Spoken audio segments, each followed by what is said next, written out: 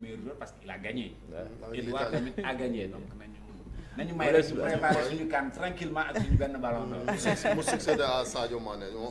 amiin ñu ngi koy ñaanal loolu. mais beneen bi nag mooy événement bi Messi quand même à Paris finalement jóge ci équipe bu Diao bi nga xamante ni donc ba léegi.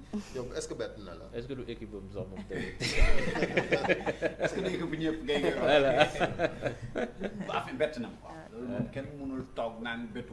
metti na la aussi. non méttiwuma parce que pour man beneen ère mooy commencé xam nga boo nekkee ci domaine. di suivre évolution lu baax la. li gën a bon ci li ñuy mënti def li ci gën a moom mooy mu lenn loo xam ne du bouger.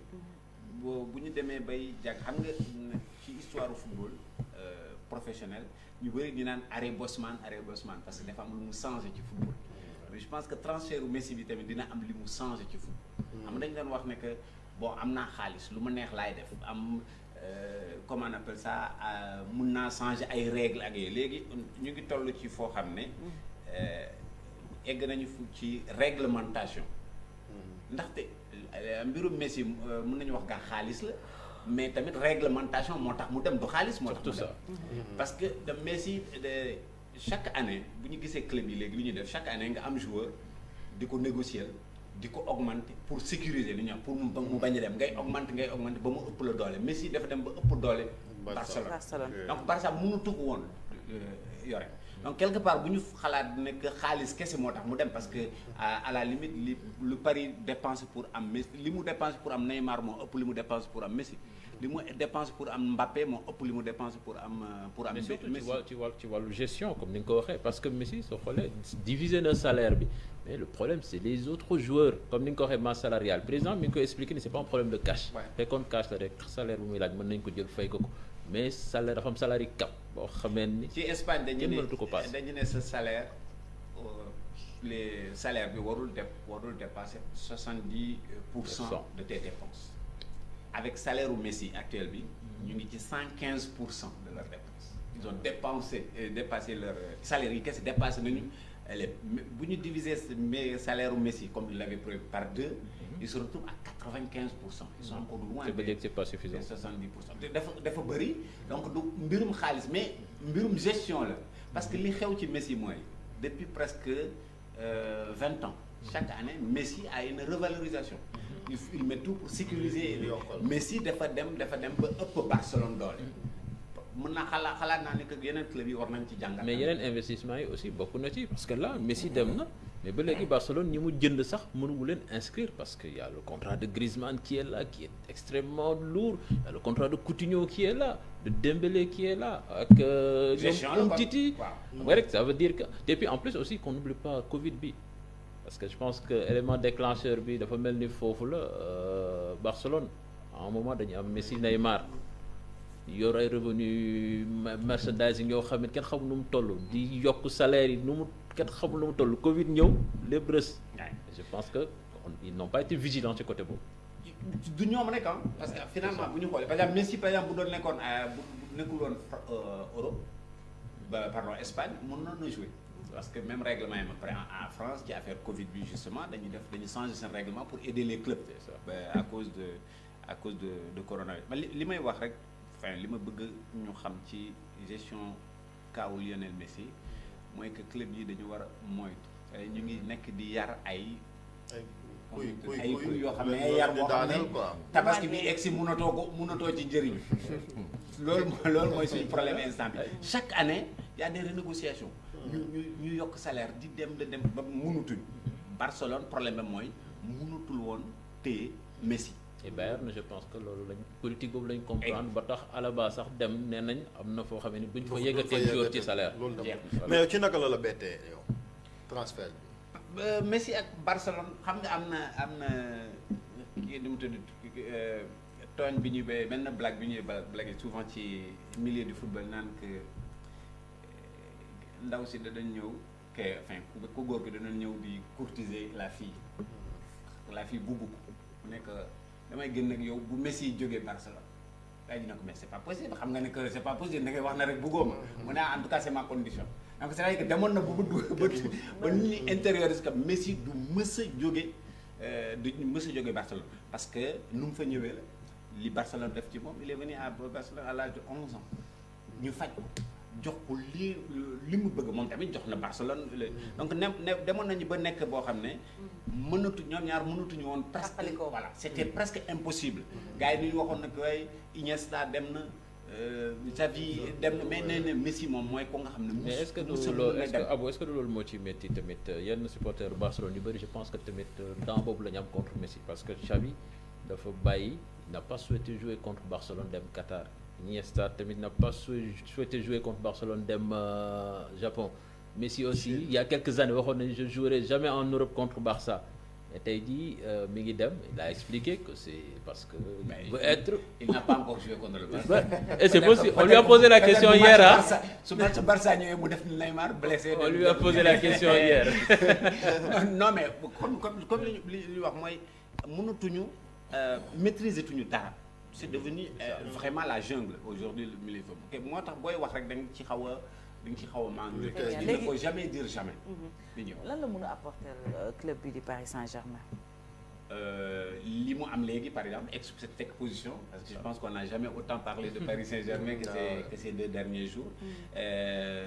xaalis tamit parce que li bu ñu fàtte tamit dañu wax ni que Messi est parti à Paris quasi gratuitement mais il y a des clauses yoo xam ne tamit buñ xamaguñ ko mais kenn du former Messi en fait ci mbedd mi dañ ko def ay négociations ak xaalis bu takku la ñu génne pour Messi tamit mais loolu peut-être dinañ ko xami plus tard li muy indil Messi moom li ñu indil Paris mooy toutes les recettes qu'on voit aujourd'hui en termes d'image en termes de merchandising li ñu wax mais Messi bu ñu fàtte tamit que c'est pas un retraité qui est venu c'est encore un joueur compétitif il tourne autour de 30 buts par saison c'est quelqu'un qui sait gagner qui sait faire gagner donc li Paris bëgg peut-être xam nga dañuy Paris dañuy wax ne am nañu xaalis et cetera on oublie toujours que ñoom tamit ils veulent de la rentabilité parce que tout simplement ils ont mis dans l'esprit tout le monde ñoom li ñu bëgg mooy Ligue des Champions li ñu dépensé léegi li ñu dépensé pour am Ligue des Champions mënu leen ko indil mais c'est devenu une question de prestige et loolu foog naa aujourd'hui Messi moo leen ko mën a jox ci lii les joueurs yi nekk ci circuit yëpp Messi bokk nañ ci ñoo xam ne il peut faire gagner des équipes. Au-delà de Messi il y a le Qatar également question de géopolitique. Oui, surtout, mais c'est surtout sportivement pour rester. Il y a la Coupe du Monde. Sur le côté sportif, oui, Paris Saint-Germain a fait peut-être l'une des plus belles opérations de l'histoire du football en général. Mais quand je disais Qatar, nous avons organisé Coupe du Monde de Bidinho et certainement Messi sera le visage de cette Coupe du Monde. Il était déjà dedans, mais comme il a 34 ans. Non mais surtout Qatar moo organisé parce que Neymar lañu yaakaaroon ni moom lañ waroon def le truc là maintenant Messi au Paris Saint-Germain on sait que l'émir du Qatar ak li mu ci dépensé certainement quand même on verra que des photos de Messi ci coupe du monde bi. gis nañu maillots yi aussi ni ko gars yi di arraché ci boutique yi gis nañu aussi même les réseaux sociaux là kon ñu ne par exemple Paris ci 24 heures 5 millions d'abonnés. loolu aussi je pense que c'est l'image Messi. waaw c'est ça moom mooy li ma doon wax léegi rek ci retombées économiques ci wàllu merchandising ci parce que Paris léegi ça devient vraiment un club d'une autre dimension. Ils sont entrés dans une autre dimension en signant Messi. Ils avaient déjà de grands joueurs wax nañu fi léegi. Mbappé ils ont amené Beckham ils ont amené tout le monde ci image boobu. maintenant avec Messi mooy li ñu soxloon ci seen projet yëpp mën nañ ko am ci benn joueur am image am résultat sportif. donc je pense que c'est pourquoi on dit que Paris a fait une très très belle opération. léegi sportivement nag Ligue 1 bi yow yàgg nga commenter les matchs Messi en Ligue 1 naka demee. comme Messi en Liga rek parce que bu ñu fàtte tamit que Messi c'est pas tous les week-ends qu'il joue contre le Real ou contre l'Atlético il joue contre Grenade. Si tu joues contre Grenade tu peux jouer contre Nantes si tu joues contre Huesca tu peux jouer contre Dijon et cetera am na Liga tamit bari na ay club yu ndaw. bu club bu Liga yëpp dina jouer ak ay match yu rëy dina jouer contre Lyon dina jouer contre Marseille dina jouer contre Monaco on peut les considérer comme dina jouer contre Lille. C'est un peu le niveau de l'Atlético Madrid, de Villarreal, de Valence. Je pense que la question de Chérif day gën a accentuer sur le fait que amul rival bu ko jege comme ni mu meloon en Espagne au moins il y a à côté le Real Madrid, l'Atlético, ba FC Séville nga xam ne y a au moins match entre quatre kii mais fële c'est dina fa fekk Lyon Marseille Lille par exemple on n'est pas très loin de Villarreal Valence Lyon Marseille Lille même voire même Monaco on n'est pas loin de ce truc il ne retrouvera pas peut-être l'équivalent du Real Madrid parce que Real Madrid c'est pas tous les clubs qui ont ces deux clubs c'est pas tous les pays qui ont ces deux clubs là mais bu ñu relativise tamit bu ñu foog ne que il va venir se promener comme en France il y aura de la rivalité Messi a eu des difficultés contre des petits clubs ay Grenade ak yooyu il a eu des difficultés mais Messi je pense li koy indi Paris c'est pas pour marquer 8 buts contre Dijon ou 8 buts contre Toulouse il est venu pour la Ligue des Champions surtout et en Ligue des Champions là il va rencontrer les grands il va rencontrer Real il va rencontrer les Anglais Barça il va rencontrer City etc leur niveau ça va être plus relevé mais jouer contre de petites équipes Messi le connaît déjà n'est-ce pas alors phénomène Messi Paris googu nag am na doomu Sénégal bu fa nekk ñaar sax maa ngi fàttali Boulaye aussi Diallo ak Diallo ñoom seen taxawaay nii ak l'arrivée de Messi ak yeneen recrutement yi nga xamante Paris def na ko est-ce que am nañ chance aussi de briller waaw bon heureusement qu'ils ne sont pas dans le même secteur que Messi normalement du Messi moo leen di tere jouer donc Messi li ñu gën a jàpp ci Messi mooy il sait sublimer ses partenaires mais Messi c'est un très grand joueur mais c'est pas le plus égoïste des joueurs aussi et il sait sublimer ses partenaires da nga il travaille beaucoup pour les autres loolu bokk na ci qualité wu Messi tamit ba ngay xool quasiment Messi ak période yi mu joué Barça quels que soient les joueurs il s'est toujours entendu avec d'accord nag ñeneen ñi joué na temps ñoom Ronaldinho ñoom Eto'o ñoom Iniesta dem ñoom Neymar ñëw ñoom Thierry Henry il a pu jouer avec tout le monde et à chaque fois Messi a été un joueur li ñuy wax joueur d'équipe donc suñu joueurs yi tamit dañ ciy profité parce que comme li ñuy wax léegi Paris Saint-Germain dootuñu ko xoolee comme club ordinaire boo nekkee ci club ordinaire nag yow tamit da nga war a nekk extraordinaire Idrissa Gana Gueye il doit hausser son niveau de jeu pour être au niveau de ce club extraordinaire le club de Messi parce que ça devient le club de Messi avant ku dem Barcelone boo ratee passe boo ratee contrôle sax ñoo xam ne tout de suite ça se voit naan mais kii xamul dara lu muy wut Barça léegi nag il faut pression bi day yokk ci ñoom voilà léegi nag dañ leen naan mais lu muy wut Paris Saint-Germain léegi que avant mënoon nga def ñu ne grawul mais léegi loo erreur boo mënta def day feeñ parce que tu joues avec Messi. Mais justement dégg naa nga wax benn affaire boo xam ne est-ce que c'est pas ça qui va être le problème du Paris Saint-Germain le club de Messi gis nañ démb match France Ligue des Champions yi ñu doon commenter journalistes français yëpp le Paris Saint-Germain de Messi ngay dégg Messi vient d'arriver il y avait Neymar il y avait Mbappé sax déjà il paraît que ça grince des dents de son côté il veut partir mais est-ce que Messi ne va pas faire de l'ombre même si il est ami avec Neymar loolu yëpp tamit mais moom laa doon expliquer léegi mais club Messi moom mënuñu ko bañ a wax c'est le plus grand parce que c'est Messi waaw munoo ci dara boo dajee boo demee fii ne ku xamul dara ci football nga wax ko Messi xam na ne que Messi c'est Messi mënuñu ci dara club Messi maintenant c'est aux joueurs pour moi de se mettre au service du collectif parce que li may wax mooy Messi nurul ak yeneen star yi Messi c'est un joueur d'équipe il a toujours prouvé c'est un joueur d'équipe day ñëw gis ay boy di leen démb par exemple joueur xam nga ndax déglu ngeen sa conférence de presse joueur bu mu gën a apprécier bu mu gën a comment on appelle ça tàgg mooy Verratti bizarrement ñeneen boo ko posé Neymar naan non du Neymar rek laa xam foofu xam naa Di Maria il a longtemps courtisé quand il était au Barça voilà il n'a même pas cité le seul joueur qu'il a nommément cité en parlant de ses qualités c'est Verratti léegi on a même dit on a tout fait pour le faire venir au Barcelone chez Barcelone parce que xam na ne que équipe pour moom ci boppam mu def li mu bëgg il faut que ñëpp nekk ci ginnaaw nekk à un niveau de performance bu Idrissa Gana Gueye aujourd'hui réussirait 2 passes pour Messi il a réussi son match et pour réussir ces bonnes passes pour Messi il faut également se mettre au service de Messi Barcelone ils n'ont pas eu honte pendant longtemps de dire que les joueurs se mettent au service de Messi ak ku mënta ñëw na mit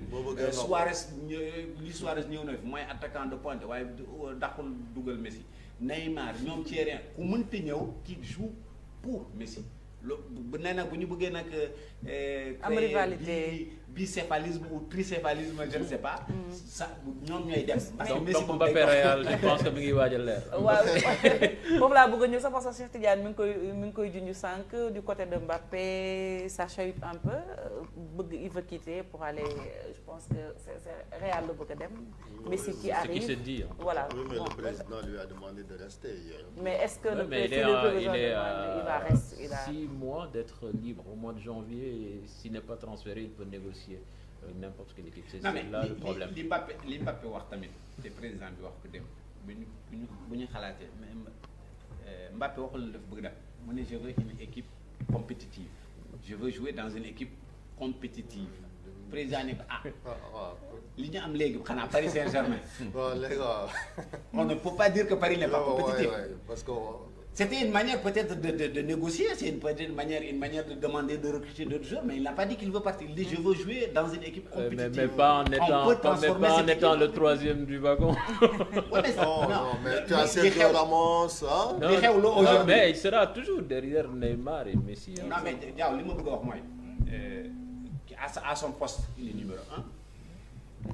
Mbappé, à son poste, il est numéro 1. Messi mënul jël place Mbappé. Li Mbappé di def Messi mënu ko def te du ko sax xalaat. Mais il va lui faire de l'ombre. Mbappé tey jii il veut gagner le ballon d'or. Mais l'expérience, mais il a besoin de l'expérience de Messi sans lui aussi. Non mais ça c'est clair maintenant mën na nekk ci suñu analyse bu bopp ak yooyu mais li ma xam ci Mbappé c'est un joueur réfléchi, c'est un joueur très intelligent. C'est beaucoup d'ego de sa part. Ouais, mais l'ego ils sont formés pour avoir des égos. C'est comme ça, c'est leur formation. On te dit depuis le centre de formation on dit tu dois être numéro 1, tu dois être le meilleur.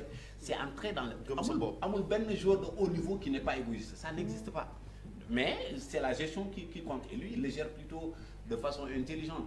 Mbappé bu ñu foog ne aussi qu'il y a une sorte de li ñuy wax Mbappé bashing depuis Euro bi depuis bu mu raté penalty pour l'équipe de France les médias français tamit commencé nañu changer un peu le regard qu'ils avaient de Mbappé. Il y a quelques 2-3 ans Mbappé dans la presse française c'était le meilleur joueur du monde, c'était le successeur de surtout après la Coupe du Monde. Exactement. Mais maintenant dañu toll ci période boo xam ne son contrat mu ngi waaj a jeex. Deux français yi xaw nañ ko mere ci euro bi. ci instant bi nag la ñuy génne li mu waxoon yëpp toutes les petites phrases on va les sortir de leur contexte mais moom musul wax ne daf bëgg jóge Paris. dafa ne je veux être dans une équipe compétitive. L'équipe est maintenant compétitive. On va voir comment il va. Mais il va pas prolonger. Les négociations n'en parlent pas. Et ce qui est important aussi c'est qu'on a depuis quasiment l'euro on parle pour Mbappé. Il n'a rien dit. waxugul dara ba léegi mais on commence à parler ressortir si de leur contexte di xool ay attitudes di xool ñan la nekkal vacances et cetera parce que il a été en vacances avec Karim Benzema donc voilà et cetera donc dañu nekk di inter mais ñu ne ba léegi il n'a pas souhaité la bienvenue à Messi contrairement aux autres.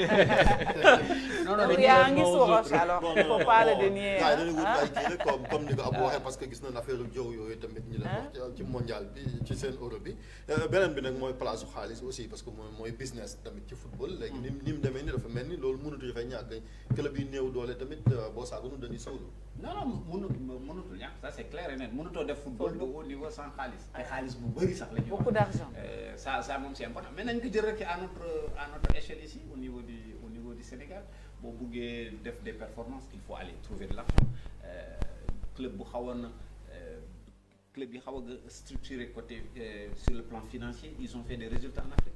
Teungueth a commencé à développer comment on appelle à créer des ressources additionnelles, à chercher des sources de financement. Jaraaf etc. Les clubs sont en train de se structurer. Génération Foot, Jambar etc. Xaalis. Royal, là, voilà. Ouais, non, mais je pense là du Sénégal. Royal, c'est peut-être, je vais dire que c'est une autre dimension, parce que c'est vrai qu'ils ont un peu plus. Le pouvoir financier a fait de Royal, c'est ce qu'il est aujourd'hui. Ouais. Ils sont non, xaalis ci football, c'est vrai. En tout cas, boo bëggee def résultat. Sinon, tu peux faire ton club traditionnel, de jouer navétane, mairie de l'État, on est content, etc. Mais si tu veux faire des performances, il faut aller chercher cet argent. L'argent aura toujours sa place dans les performances. Ça c'est indéniable. Un club pauvre ne gagne pas la Ligue des Champions. un club pauvre ne gagne pas les championnats, ne fait pas les grosses performances, etc. Ça peut arriver de temps en temps qu'il y ait des accidents de parcours, mais si tu veux t'installer dans la durée di am ay performances di recruter des grands joueurs, etc. Il faut malheureusement nga am xaalis. Gis nañu Messi ak li mu bëgg Barcelone, il était obligé de partir parce qu'à un moment il était devenu plus cher quasiment que ce que le club pouvait donner. te Messi dafa mel ni moom bon gourmandise bi ba léegi mi ngi ci surtout coupe du monde parce que boo xoolee démb nee nañ ci clause contrat bi li mu wax ak waa Paris mooy priorité bu ko Argentine soxlaa moom priorité à l' équipe nationale dafa mel ni kon ba léegi li ko dese au moins ci trophée mooy coupe du monde pour mu jël ko. waaw loolu tamit c' est important pour un joueur de 34 ans mu am des ambitions boo recruter joueur bu ne leen man bon de toute façon j'ai tout gagné amatuma benn ambition.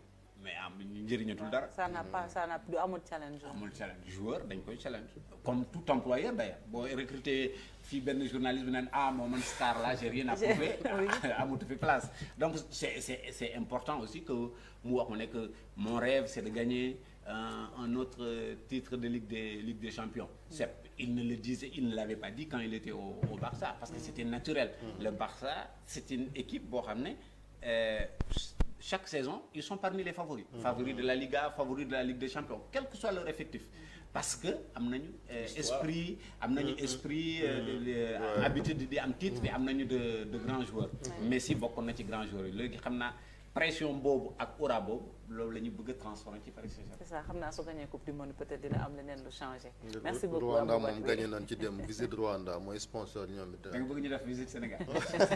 En tout cas loolu tamit xaalis la bëri mooy business bi ñu wax parce que loolu tamit xaalis la en tout cas le maillot on a vu le Rwanda aussi bon def naa Arsenal aussi la même chose.